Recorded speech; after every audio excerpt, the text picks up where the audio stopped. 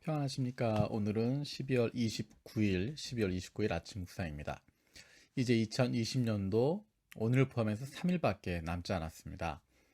또 성경도 요한계시록 이제 몇 장 남지 않았습니다. 오늘 읽을 요한계시록 말씀은 17장에서 18장까지입니다.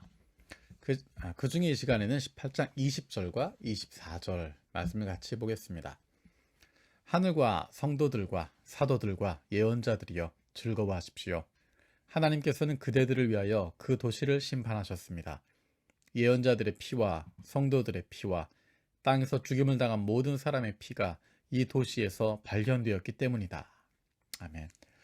요한계시록 18장에서 무너지는 큰 도시 바벨론이라고 이야기되는 그 도시는 죄악의 집합체입니다. 모든 죄악이 거기서 시작이 되고 모든 죄악이 모여있는, 그래서 그 성은 너무도 커서 누구도 무너뜨릴 수 없다고 생각하는 곳입니다. 죄악의 총체입니다. 그것을 통해서 많은 사람들이 유익을 누렸고 그것을 통해서 수많은 사람들이 눈물을 흘리게 되었던 죄악의 도시, 죄악의 중심지 바벨론입니다. 아무도 그 도시가 무너질 것이라고 생각하지 않았습니다. 그런데 그 도시가 한순간에 무너져 버린 것입니다. 다시는 그 흔적도 찾을 수 없을 만큼 폐허가 돼버립니다. 사람들이 한 것이 아닙니다. 사람의 능력으로 되는 것도 아닙니다.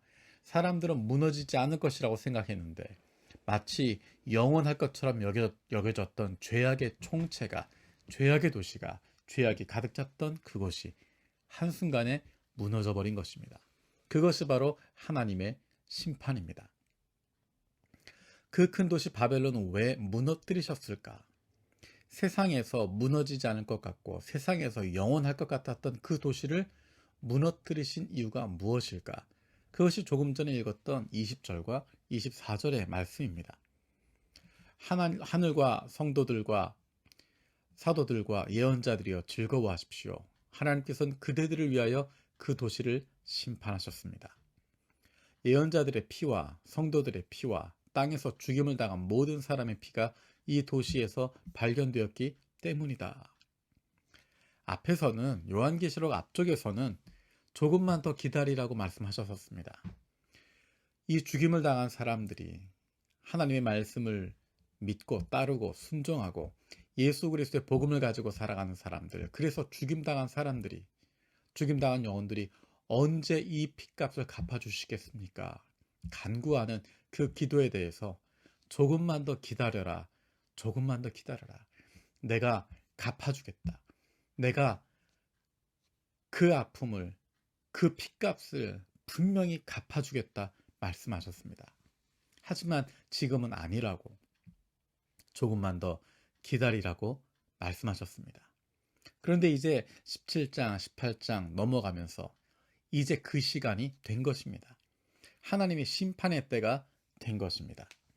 우리가 잘 알고 있는 예수님의 모습, 복음서에 보면 사랑스럽고 끝까지 기다려주시고 용서하시는 예수님의 모습이었지만 마태복음 23장, 24장에 나오는 예수님의 모습은 굉장히 낯설게 느껴집니다. 심판자의 모습을 보여주고 있습니다. 마태복음 23장, 24장 그리고 25장에서는 다시 오실 예수님이 심판자의 모습으로 나타나게 됩니다. 더 이상 기다리지 않고 더 이상 용서하지 않고 더 이상 참는 것이 아니라 이제는 심판해버리게 되는 것입니다. 하나님께서 말씀하십니다. 원수 갚는 것은 내게 맡겨라. 원수 갚는 것은 하나님께서 맡으시겠다. 하나님이 갚으시겠다 약속하셨는데 그 약속을 실행하시는 것입니다. 요한계시록 앞쪽에서 봤던 것처럼 지금은 아니다라고 이야기했었지만 조금만 더 기다려라 라고 말씀하셨었지만 이제 때가 되니 심판하시는 것입니다. 심판하실 때는 용서하는 것도 없고 봐주는 것도 없습니다. 완전히 멸해버리는 것입니다. 아무도 상상하지 못했는데, 아무도 그런 일 일어날 것이라고 생각하지도 못했는데 그 큰 도시 바벨론을 한순간에 무너뜨리는 것, 정의와 공의의 하나님께서 심판하시는 것입니다. 하나님께서 심판하고 계시는데, 심판하실 것인데 언제 심판하실 거냐고, 언제 멸하실 거냐고 자꾸 재촉할 필요가 없습니다. 마치 목적지를 향해서 달리고 있는 차 안에서 분명히 그 목적지까지 데려갈 텐데 계속해서 언제 거기 도달하냐고, 언제 도착하냐고 재촉하는 아이들처럼 보이게 됩니다. 아버지가 끝까지 가는 것, 목적지까지 가는 것 믿고 그것을 맡기고 가는 동안에 다른 것으로 즐거워하고 기뻐하고 기쁨을 누릴 수 있는데 언제 도착하냐고, 아직 도착 안 했냐고 계속 그것 가지고 재촉하고 있으면 세상을 살아가는 기쁨을 누리지 못합니다. 하나님께서 심판하시겠다고 약속하셨습니다. 정의와 공의에 하나님께서 가만두시지 않습니다. 반드시 심판하십니다. 요한계시록은 우리에게 그것을 보여주고 있습니다. 그러니 언제 멸하실 거냐고, 언제 갚으실 거냐고 재촉할 필요가 없습니다. 반드시 약속을 지키시는 신실한 하나님이시기 때문입니다. 심판은, 원수 갚는 것은, 그 사람에 대한 처리는 하나님께 믿고 맡기는 것입니다. 그리고 우리는 다른 일에 집중하고 다른 만남들을 가지고 다른 일 속에서 기쁨과 즐거움을 누릴 수 있는 것입니다. 하나님께서 심판하십니다. 정의와 공의의 하나님은 죄악을 없었던 것으로 만드시는 분이 아니라 반드시 그것을 심판하시는 분이십니다. 하나님께서 갚으십니다.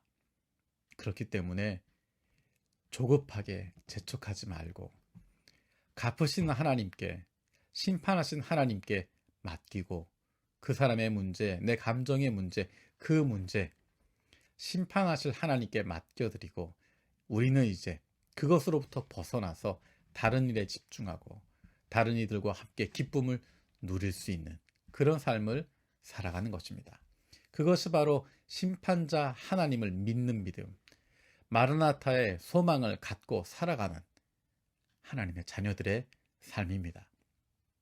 저와 여러분들이 마라나타의 소망을 가지고 심판하시는 하나님, 그분이 갚으실 건 믿고 하나님께 맡기고 잊어버릴 수 있는, 그리고 새롭게 시작할 수 있는 하나님이 주시는 하나님의 자녀의 기쁨과 즐거움을 이 세상 살아가는 동안에 마음껏 누리며 살아갈 수 있는 저와 여러분들 되기를 원합니다.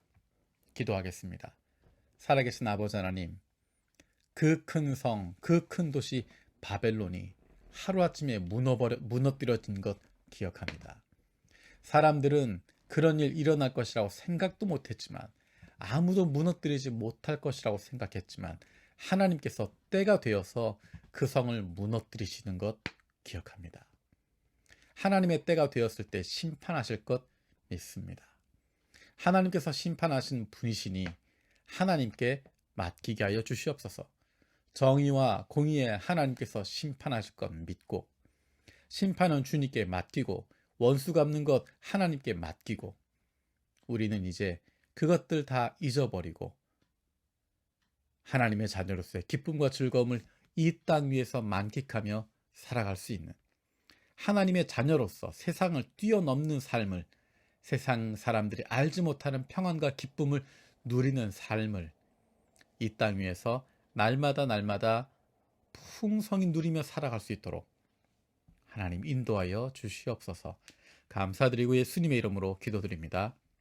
아멘.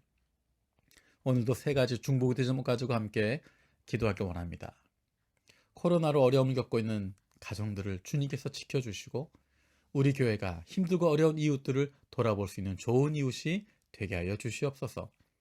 두 번째로, 날마다 임마누엘의 기쁨과 마라나타의 소망으로 살아갈 수 있게 하여 주시옵소서. 세 번째로, 2020년을 기도로 마무리하고 2021년을 기도로 잘 준비할 수 있게 하여 주시옵소서. 이제 사흘 남은 2020년, 그 끝을 바라보는 것처럼 주님 다시 오실 그날을 기대하며 살아갈 수 있는 우리 모두가 되어지길 원합니다. 마라나타,